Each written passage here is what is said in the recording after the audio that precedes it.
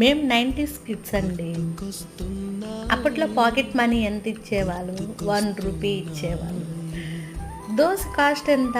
₹1. దోస తినాలి అన్నప్పుడు ఒక 2 డేట్స్ పాకెట్ మనీ ఎత్తిపెట్టుకొని, ఒక 2 దోసలు తెచ్చుకొని, 2 దోసలు కడుపుకి సరిపోతాయా? సరిపోవు కాబట్టి, పక్కన ఇలా సద్దన్నాన్ని పెట్టుకొని, ఆ 2 దోసలు తిని, ఒక ముద్ద సద్దన్నం తింటూ, ఒక ఒక పీసు దోస తింటూ, చాలా చాలా అంటే చాలా ఎంజాయ్ చేసేవాళ్ళం.